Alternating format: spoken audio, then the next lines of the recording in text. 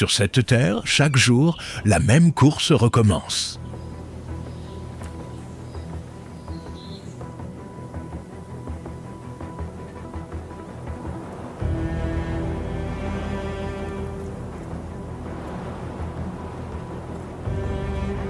Poursuivre ou être rattrapé. Une vie entière peut basculer en une seconde.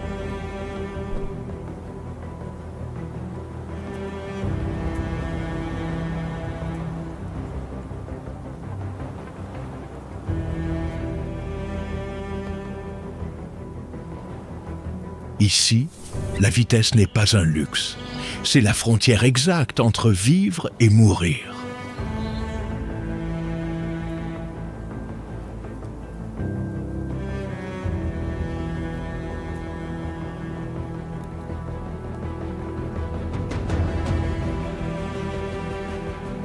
Voici l'histoire des plus rapides. Comment ils sont devenus si vifs et ce que leur vitesse leur coûte.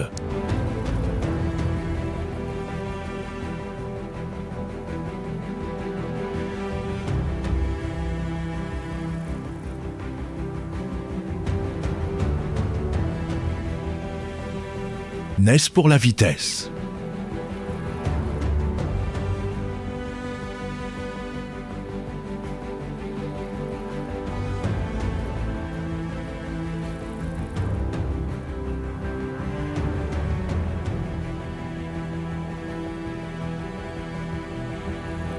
Tout commence là où la vitesse se voit à l'œil nu, les grandes plaines d'Afrique.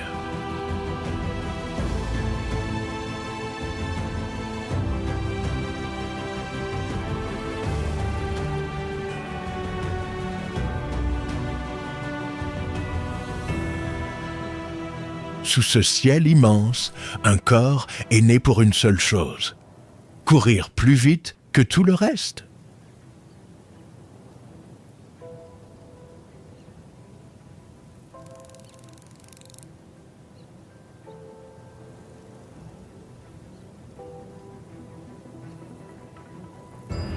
Le guépard.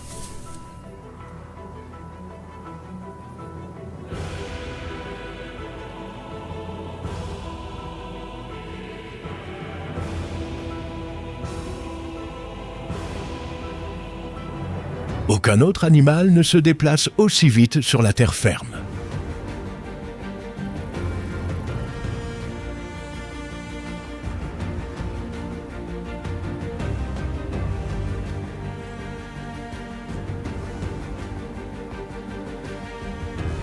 En moins de 3 secondes, il passe de l'arrêt complet à plus de 100 km à l'heure. Plus vite qu'une voiture de sport lancée sur une autoroute.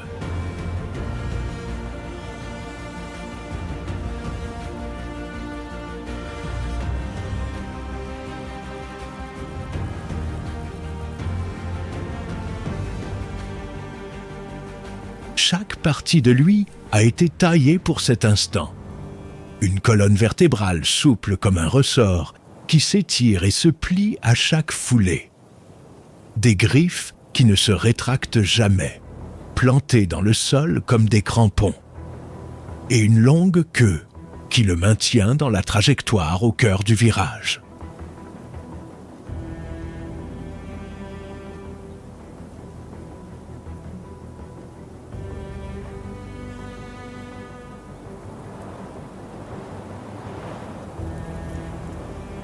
Mais toute cette perfection a un prix.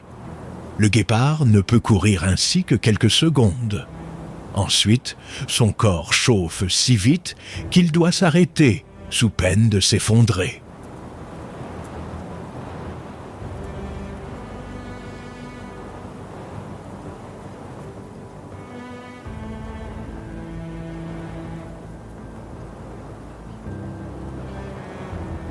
Alors, il ne court pas au hasard.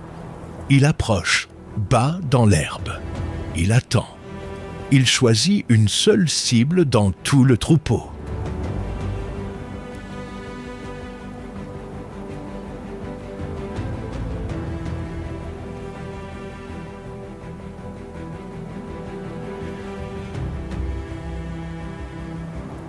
La gazelle relève la tête, elle a compris, la course commence.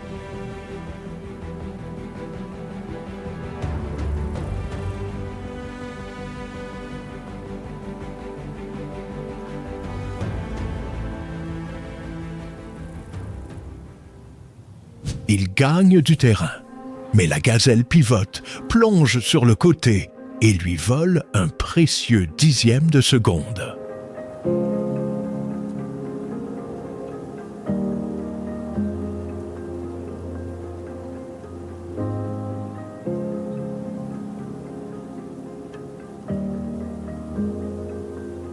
Cette fois, le guépard l'emporte.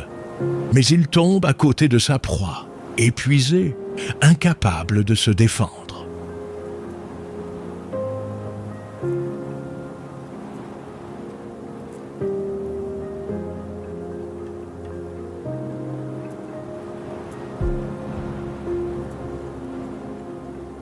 Il doit reprendre son souffle avant qu'un lion ou une hyène ne surgisse pour lui arracher son repas.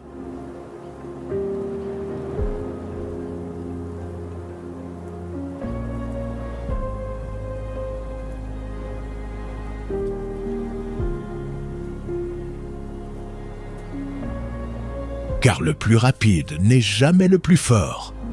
Il a tout misé sur la vitesse et n'a rien gardé pour le combat.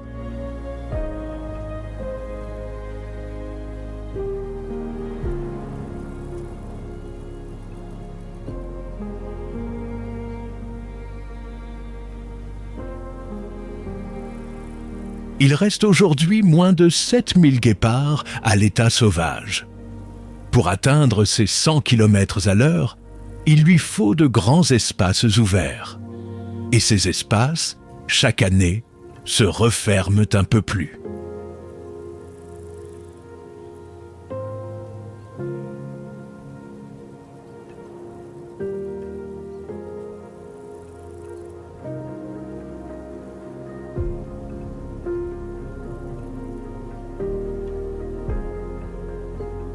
À quelques pas de là, vit celle qui a appris à lui tenir tête.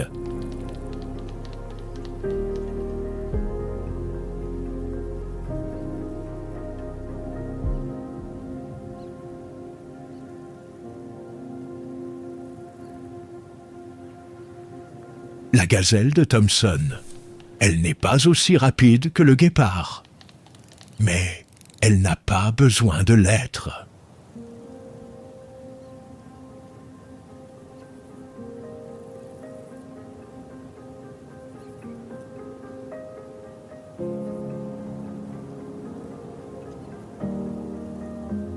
Sa force à elle, c'est le virage. À pleine course, elle vire, feinte, repart dans l'autre sens. Chaque crochet oblige le prédateur à ralentir et lui fait perdre le peu d'avance qu'il possède.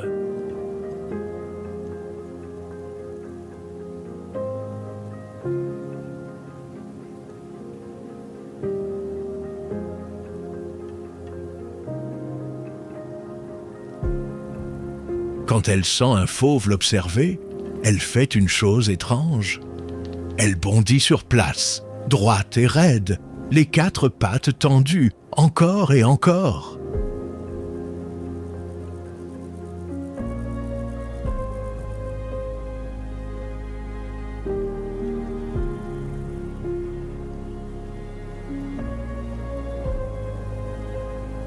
Ce n'est pas de la panique, c'est un message. Regarde comme je suis vive et en forme. Me poursuivre serait peine perdue.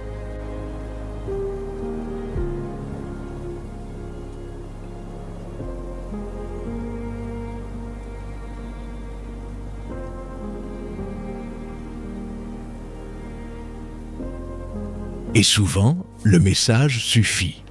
Le prédateur renonce et cherche une proie plus faible.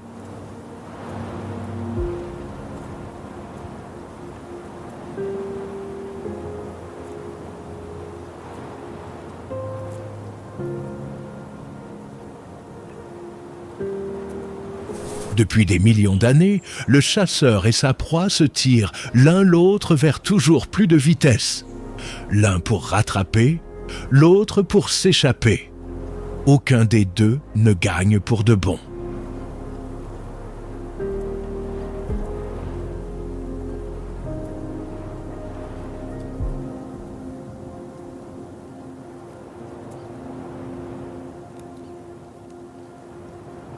C'est la plus ancienne course du monde. Et elle a laissé, sur un autre continent, un étrange fantôme.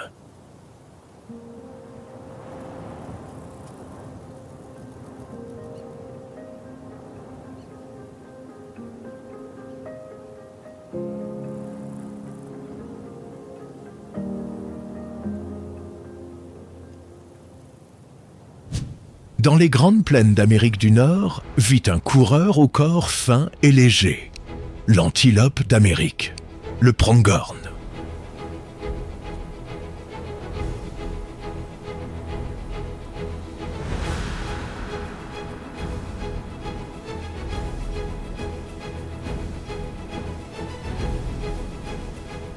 Il file à près de 90 km à l'heure. Et surtout, il tient cette allure sur des kilomètres entiers, bien plus longtemps que le guépard ne le pourrait jamais.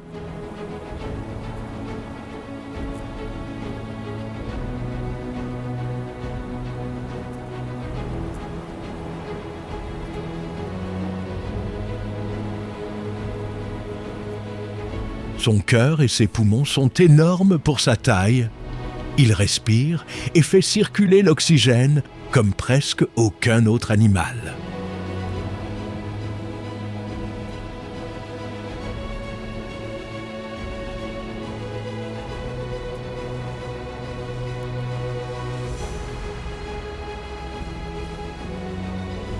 Mais il y a une énigme. Aujourd'hui, aucun prédateur d'Amérique du Nord n'est capable de le suivre. Alors, pourquoi court-il si vite ?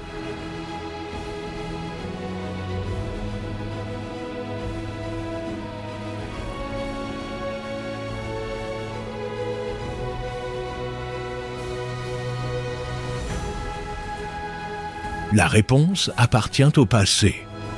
Il y a plus de 10 000 ans, un guépard américain chassait ici. Rapide, mortel, aujourd'hui disparu.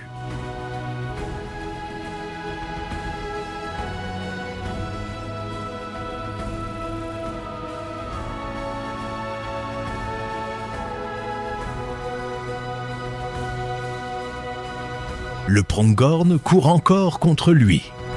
Il fuit d'un fantôme, un ennemi qui n'existe plus depuis des milliers d'années. La vitesse, une fois inscrite dans un corps, ne s'efface pas si vite.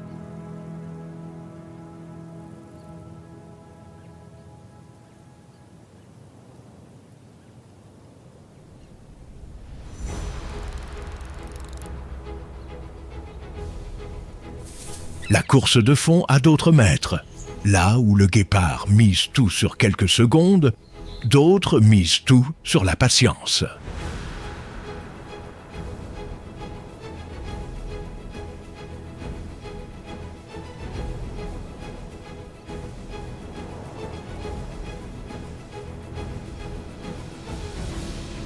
Le lycaon, le chien sauvage d'Afrique. Seul, il ne bat aucun record, mais en meute, il ne lâche jamais.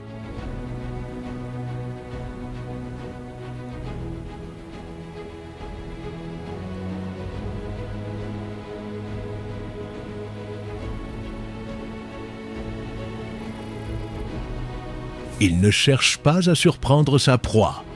Il l'use.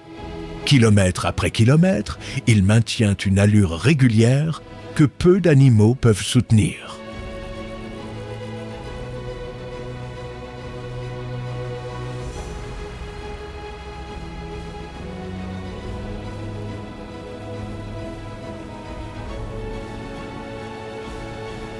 Aucune de ses proies n'est aussi endurante que lui.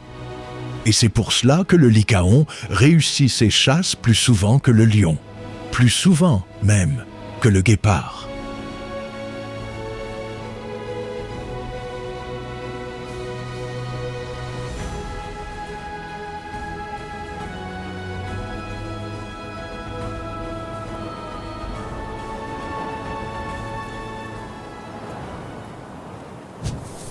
Toute vitesse pourtant ne vient pas à quatre pattes. Certains coureurs n'en ont que deux.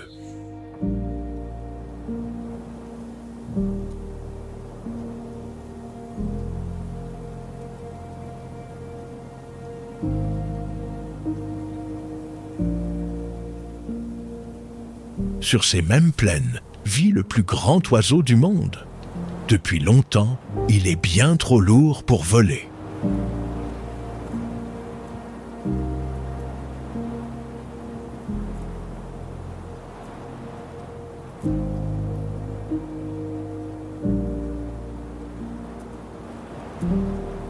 L'autruche, puisqu'elle ne pouvait plus s'élever dans les airs, elle a fait l'inverse.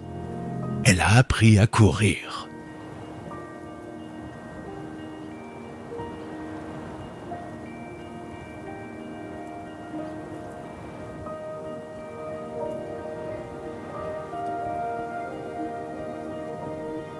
« 70 km/h, sur deux longues pattes terminées par deux doigts seulement, larges comme des sabots.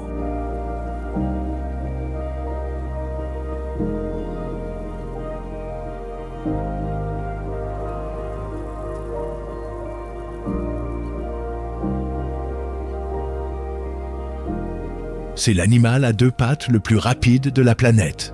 Chaque foulée peut couvrir la longueur d'une voiture.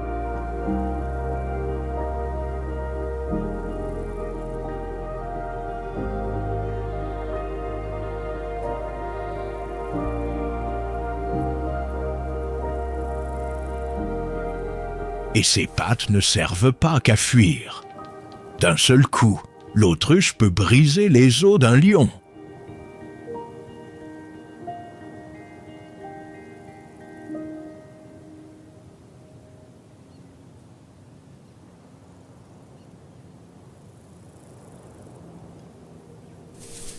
Plus près du sol, un autre coureur mise tout sur le démarrage, le lièvre.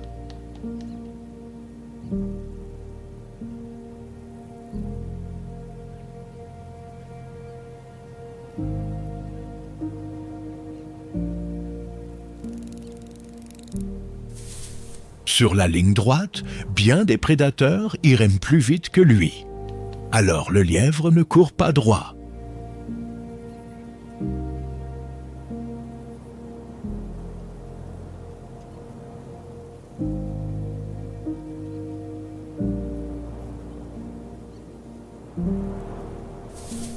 Il détale, s'arrête net, repart sur le côté. Ses virages serrés et ses feintes déroutent des chasseurs bien plus rapides. Pour survivre, mieux vaut parfois être insaisissable que d'être le plus rapide.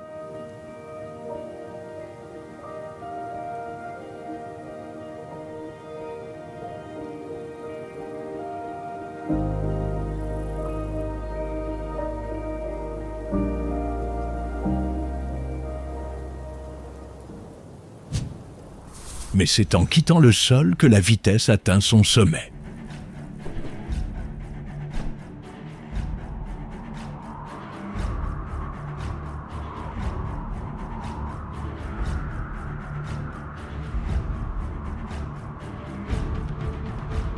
Dans le ciel vit l'animal le plus rapide que la terre ait jamais porté.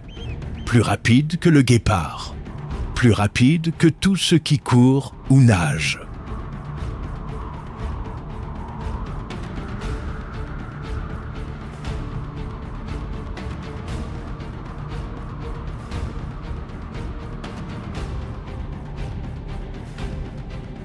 Le faucon pèlerin.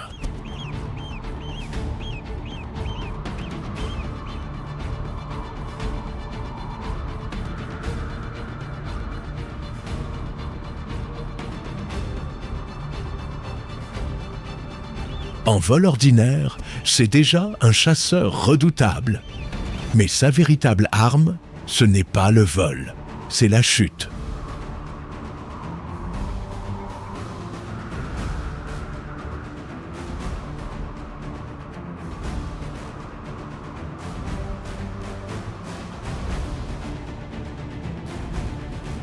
Il s'élève très haut, repère un oiseau en contrebas replie ses ailes contre son corps et se laisse tomber comme une pierre.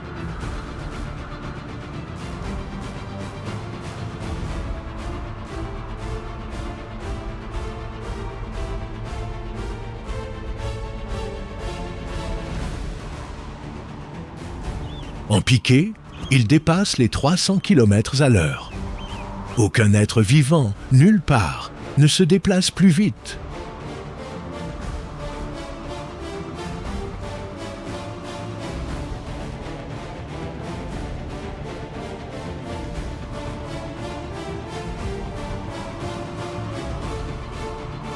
À cette allure, l'air lui-même devient un danger. De petites cloisons osseuses dans ses narines brisent le souffle du vent pour qu'il puisse encore respirer en pleine chute.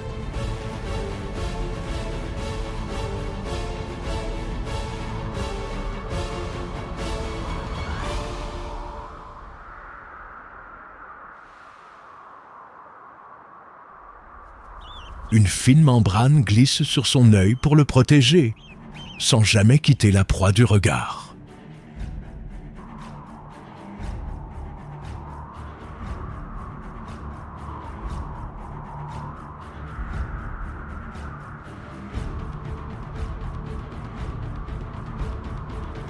Puis vient le choc.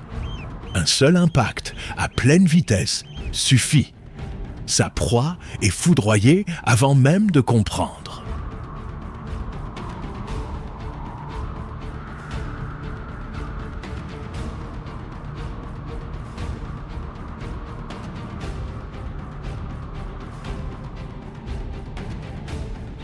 Le faucon pèlerin vit sur tous les continents, sauf un. C'est l'un des oiseaux les plus répandus au monde. Et pourtant, comme nous le verrons, il a bien failli disparaître.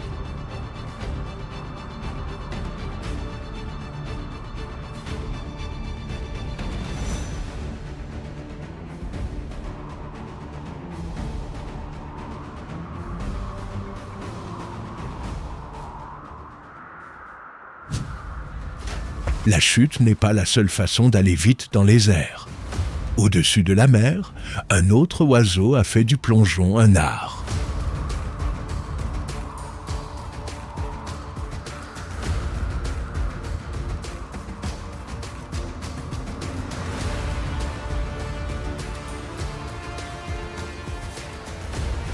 Le fou de bassin.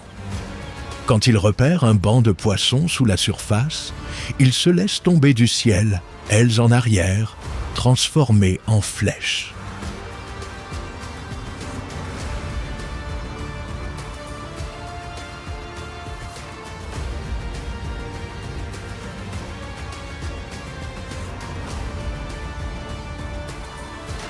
Il frappe l'eau à 100 km à l'heure. Un choc qui assommerait n'importe quel autre oiseau.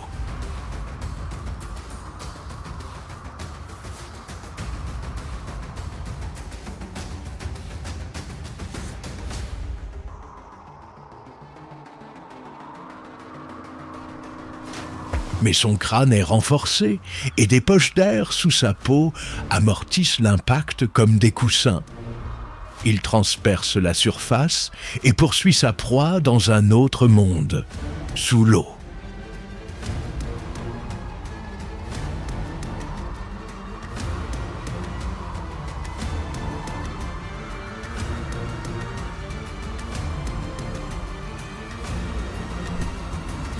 Un autre encore ne descend jamais, ou presque, le martinet.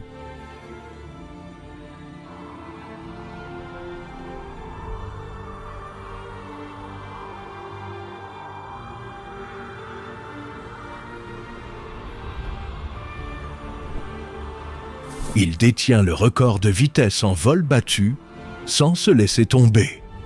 Et il passe presque toute son existence en l'air.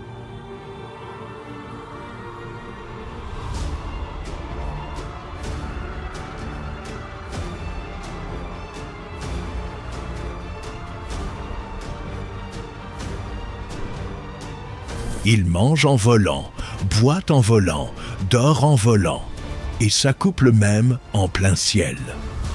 Il ne se pose que pour élever ses petits, quelques semaines par an. Le reste du temps, ses pattes ne touchent jamais rien.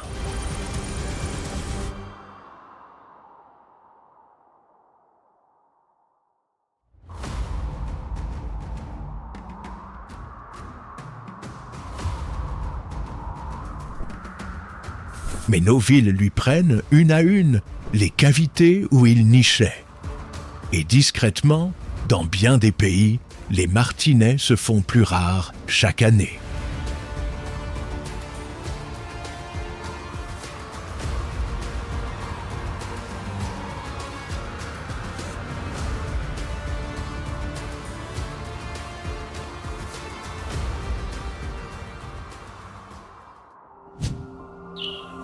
La vitesse n'est pourtant pas réservée aux grands du ciel. Certains des plus redoutables chasseurs sont minuscules.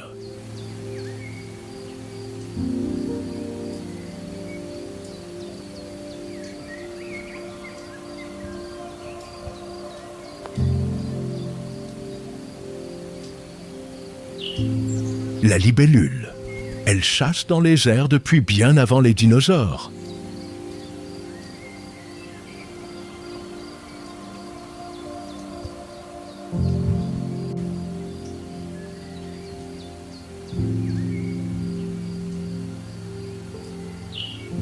En vol, elle ne poursuit pas sa proie au hasard.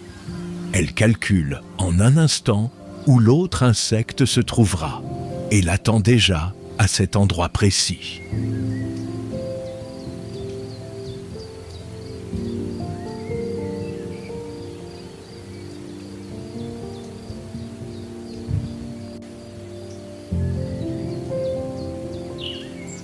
Elle attrape sa cible près de 95 fois sur 100.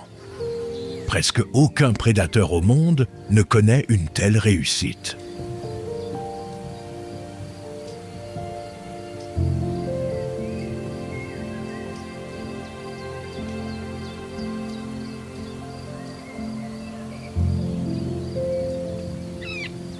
Non loin, un autre corps minuscule bat lui aussi des records.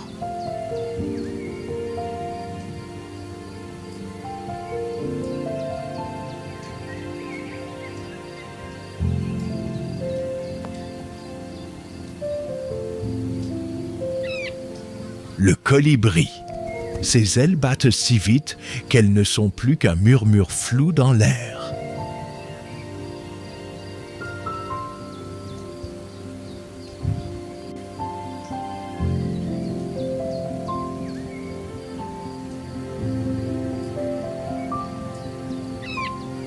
Il peut rester parfaitement immobile devant une fleur, avancer, reculer, voler sur place. Aucun autre oiseau n'en est capable.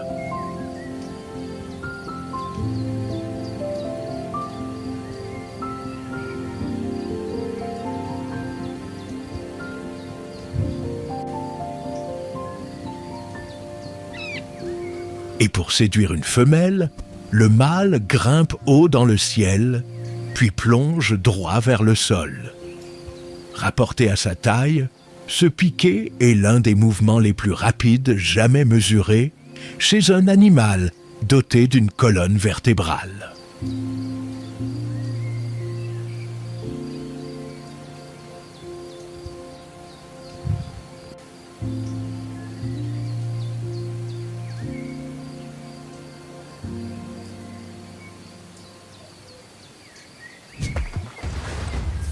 Puis la course quitte la terre et le ciel et gagne le seul monde plus vaste encore, la mer.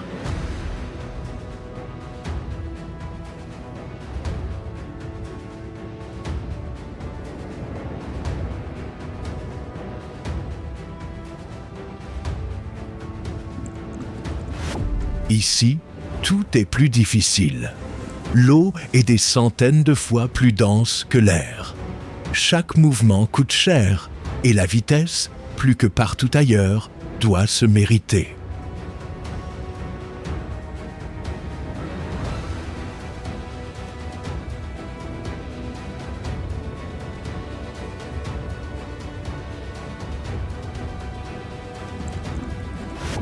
Et pourtant, l'un d'eux y parvient mieux que tous les autres.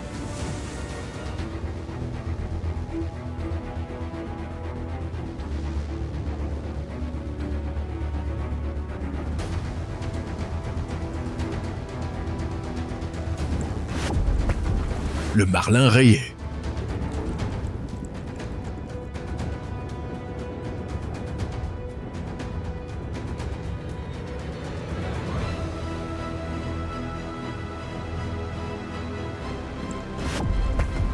C'est l'un des poissons les plus rapides de tous les océans. Un corps en forme de lame, prolongé par un long rostre pointu, qui fend l'eau comme une épée.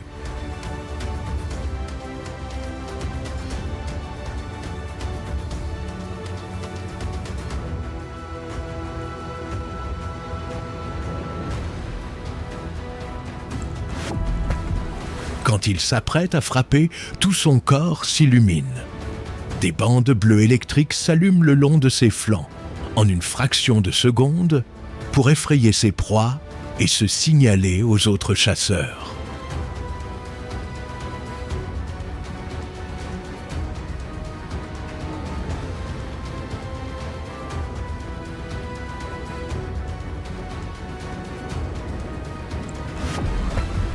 Le marlin chasse rarement seul. Ensemble, plusieurs d'entre eux rassemblent des milliers de sardines en une boule serrée, tremblante, poussée peu à peu vers la surface.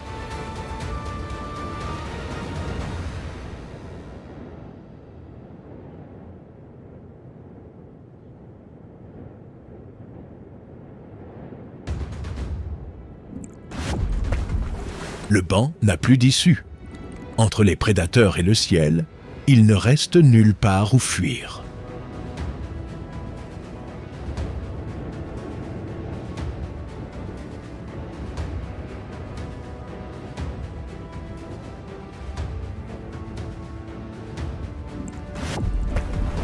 Alors les marlins attaquent, l'un après l'autre. D'un coup de rostre, ils fouettent le banc affolé, étourdissant leur proie avant de les saisir.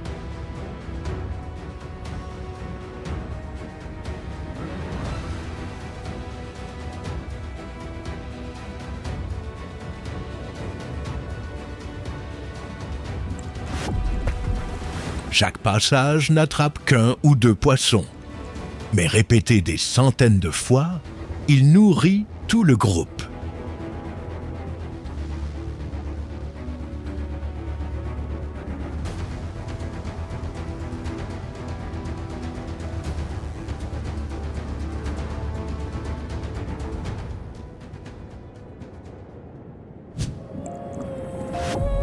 Autour d'eux, d'autres nageurs partagent la même faim et la même course.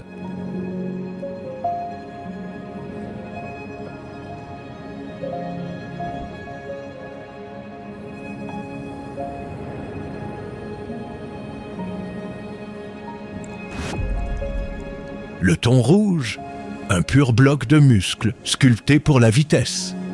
Il est si actif qu'il garde son sang plus chaud que l'eau qui l'entoure, ce que presque aucun autre poisson ne sait faire.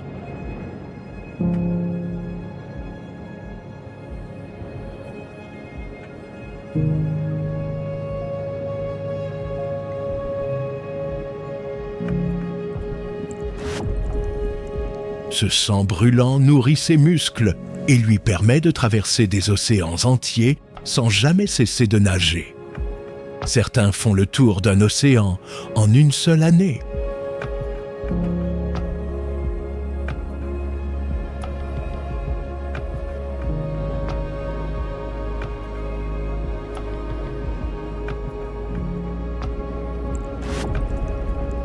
Ce thon ne s'arrête jamais. S'il cesse de nager, il cesse de respirer, car il a besoin du courant de l'eau pour capter l'oxygène.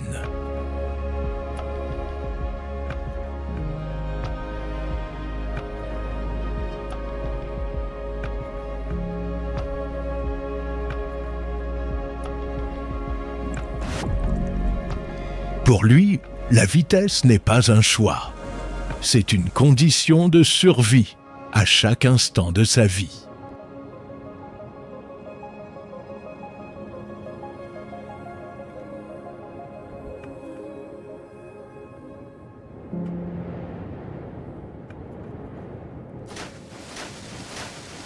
Non loin nage un autre animal qui, à la vitesse, ajoute quelque chose de rare, l'intelligence.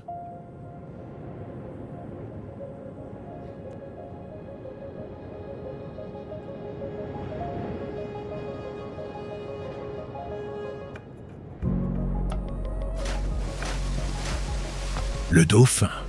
Il surfe sur la vague d'étrave des navires pour se laisser porter et chasse en groupe, coordonné à la seconde près.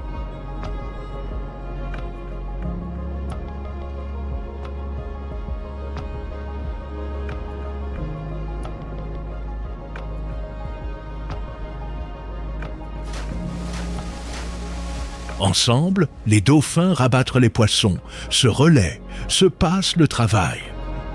Chez eux, la vitesse n'est pas qu'une force, c'est un langage.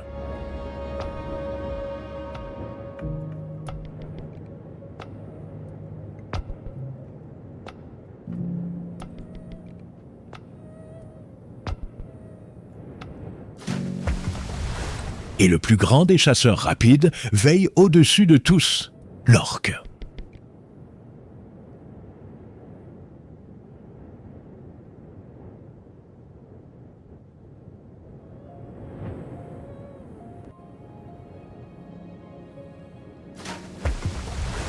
Malgré son poids, plusieurs tonnes de muscles, elle file plus vite que presque toutes ses proies.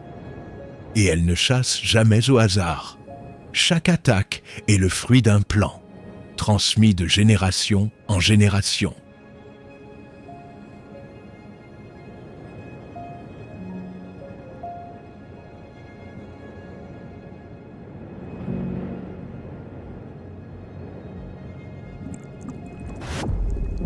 Ensemble, tous ces nageurs font de la mer un royaume où seule la vitesse décide qui survit.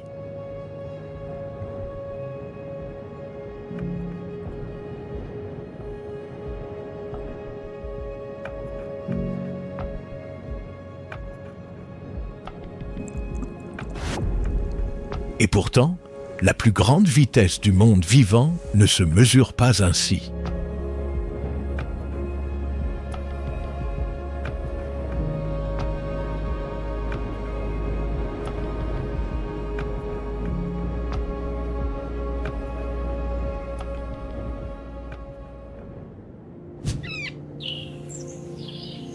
Car elle a un autre visage, plus secret. Bien souvent, ce qui compte n'est pas d'aller vite, c'est de partir vite.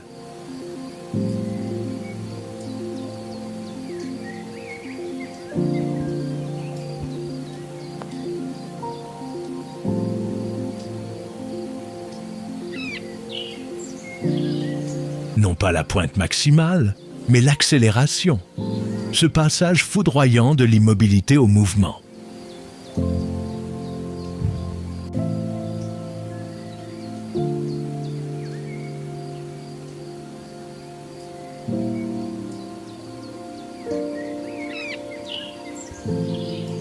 Et là, les records ne se mesurent plus en kilomètres à l'heure, mais en fractions de secondes.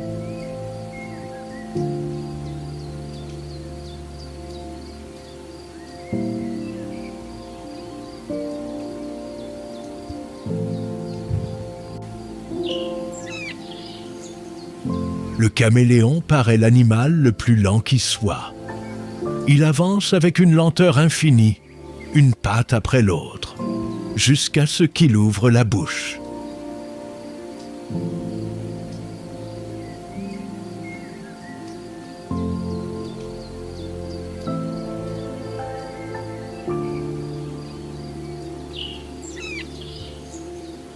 Sa langue jaillit plus vite que l'œil ne peut la suivre. En un centième de seconde, elle a déjà bondi, saisi l'insecte et l'a ramené. L'une des armes les plus rapides de tout le monde vivant.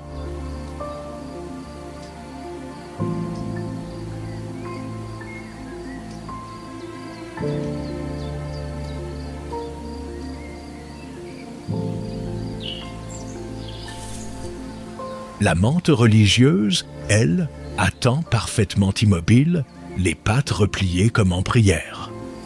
puis elles se détendent en un éclair, trop vite pour presque toute proie.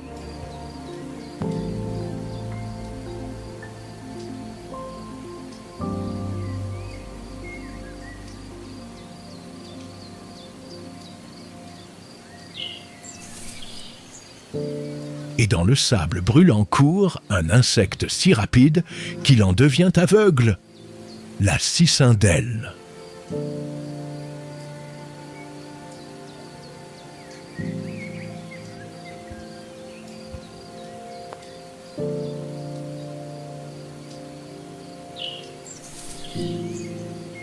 À pleine course, ses yeux ne captent plus assez de lumière pour former une image. Le monde, autour d'elle, devient flou. Alors, elle s'arrête, retrouve la vue, repère sa proie et repart.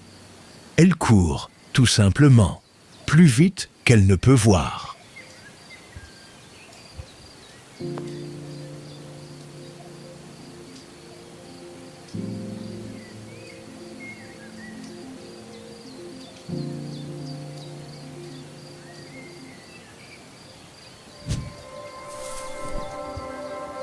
Car pour chaque chasseur qui accélère, une proie doit apprendre à disparaître.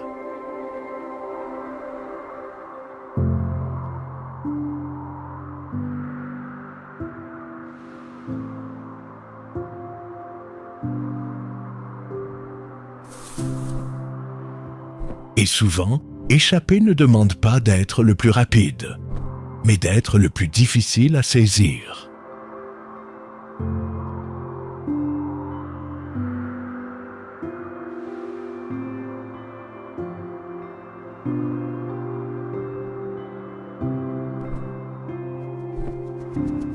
Au crépuscule, des milliers d'étourneaux s'élèvent ensemble dans le ciel.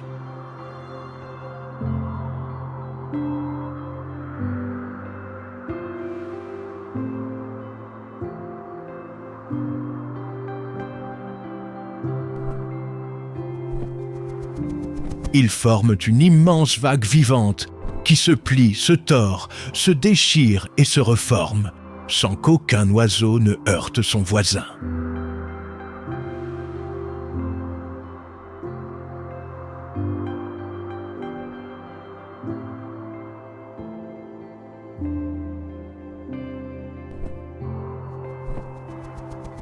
Un faucon fond sur eux, mais dans cette marée mouvante, ils ne trouvent plus aucune cible nette.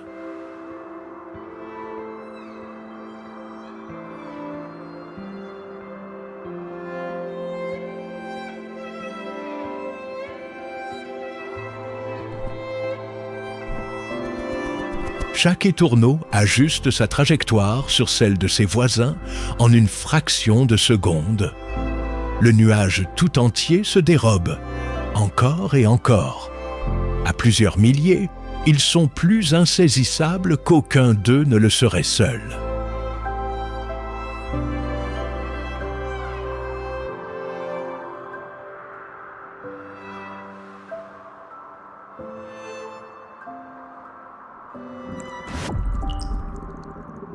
Sous la mer, les petits poissons font exactement de même. Un banc serré, argenté, qui vire d'un seul corps.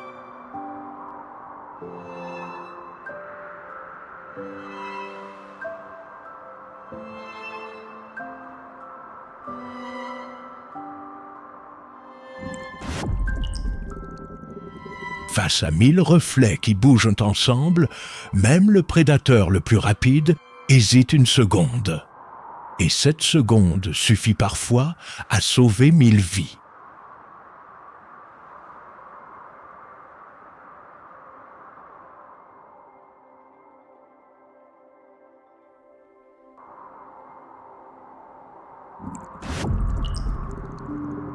C'est l'autre visage de la course. Non pas la puissance, mais le nombre. Non pas la ligne droite, mais l'esquive.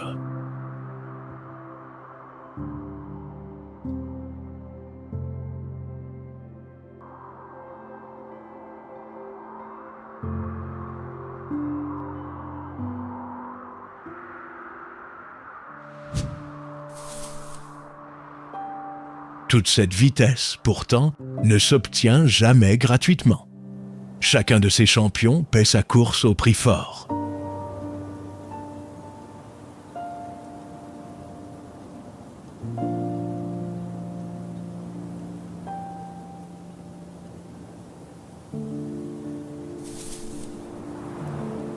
Un corps taillé pour la vitesse est un corps taillé pour une seule chose.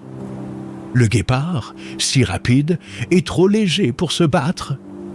L'oiseau le plus vif a des ailes trop fines pour porter le moindre poids.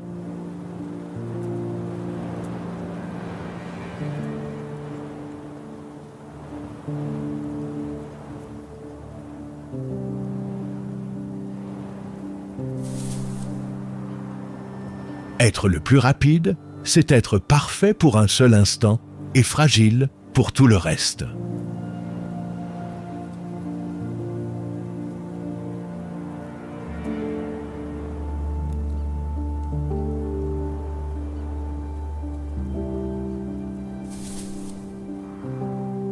Et courir coûte une énergie immense.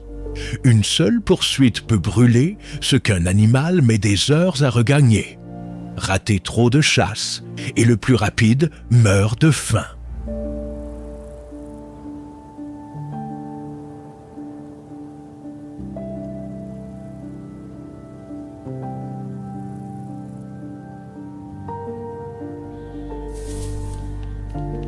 Cette course, enfin, n'a pas de fin. Chaque proie, un peu plus vive, oblige le chasseur à le devenir davantage. Et chaque chasseur plus rapide force la proie à se dépasser encore.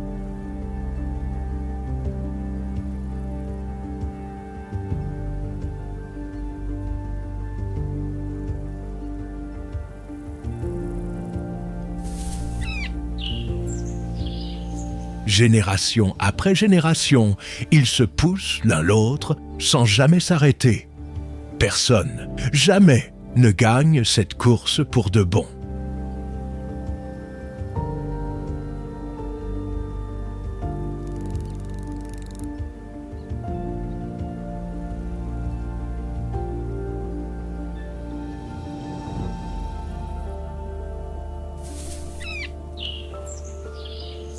Mais depuis peu, une ombre nouvelle s'est glissée dans le jeu. Et contre elle, la vitesse ne sert plus à rien.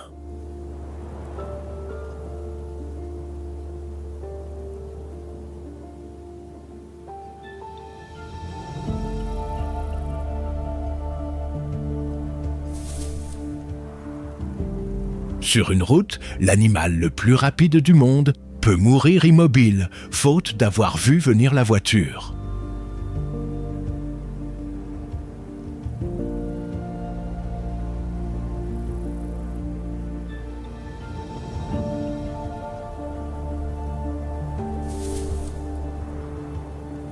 Le guépard s'éteint en silence.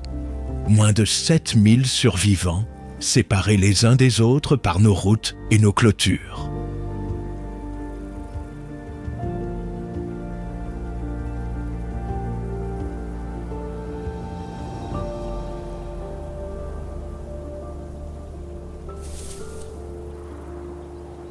Il a perdu la plus grande part du territoire qu'il occupait autrefois. Et un coureur sans espace pour courir n'est plus vraiment un guépard.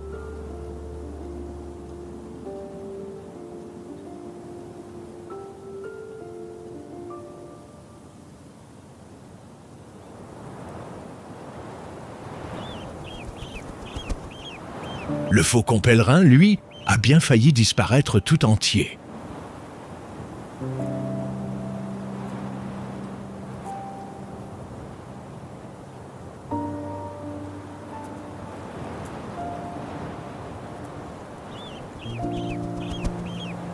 Il y a un demi-siècle, un poison répandu dans nos champs, le DDT, remontait toute la chaîne du vivant jusqu'à lui. Il ne le tuait pas d'un coup. Il fragilisait la coquille de ses œufs.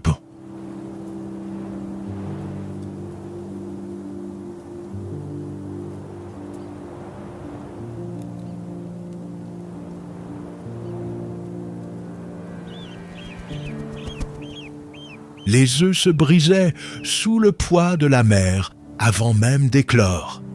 Sur des régions entières, le plus rapide des oiseaux a tout simplement cessé de naître.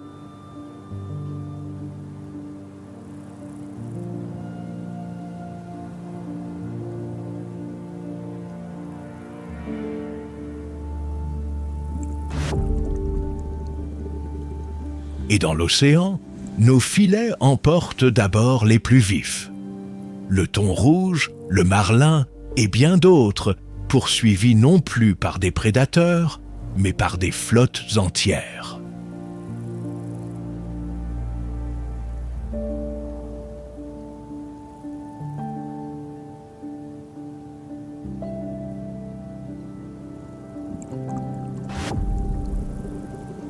Ce que des millions d'années ont patiemment façonné, quelques décennies de pêche industrielle suffisent à le vider.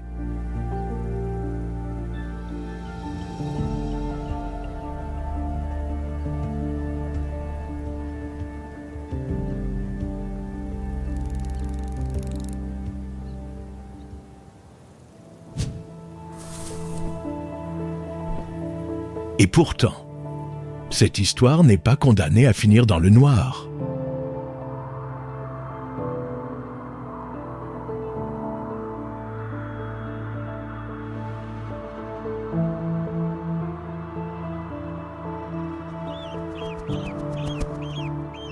Lorsque le DDT fut enfin interdit et les derniers couples patiemment protégés, quelque chose d'inespéré s'est produit. Le faucon pèlerin est revenu.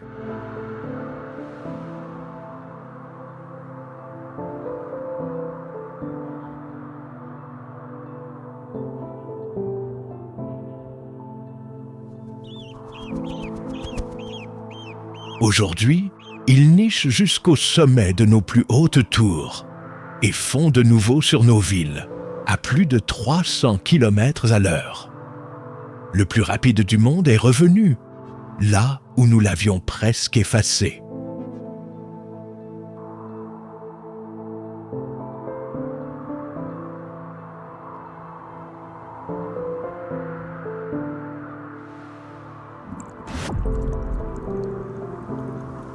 Dans l'Atlantique aussi, là où des règles ont limité la pêche, les grands thons rouges reviennent peu à peu. La preuve que même les plus vifs peuvent renaître si on leur en laisse la chance.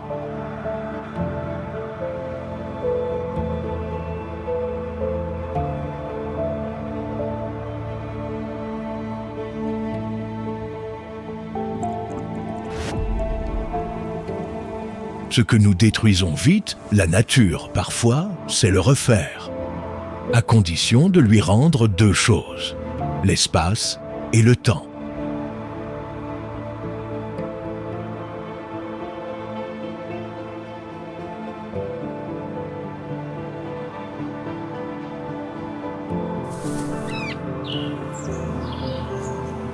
Car la vitesse n'est pas un simple record à battre. C'est le signe d'un monde vivant, tendu, en mouvement.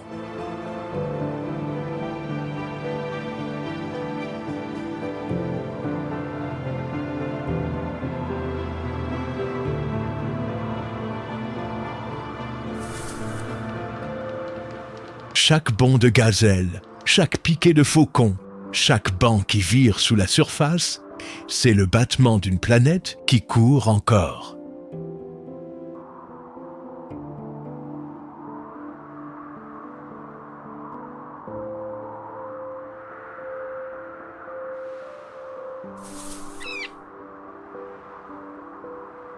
Laissons-lui de la place pour courir. Et cette course, la plus vieille du monde, ne s'arrêtera jamais.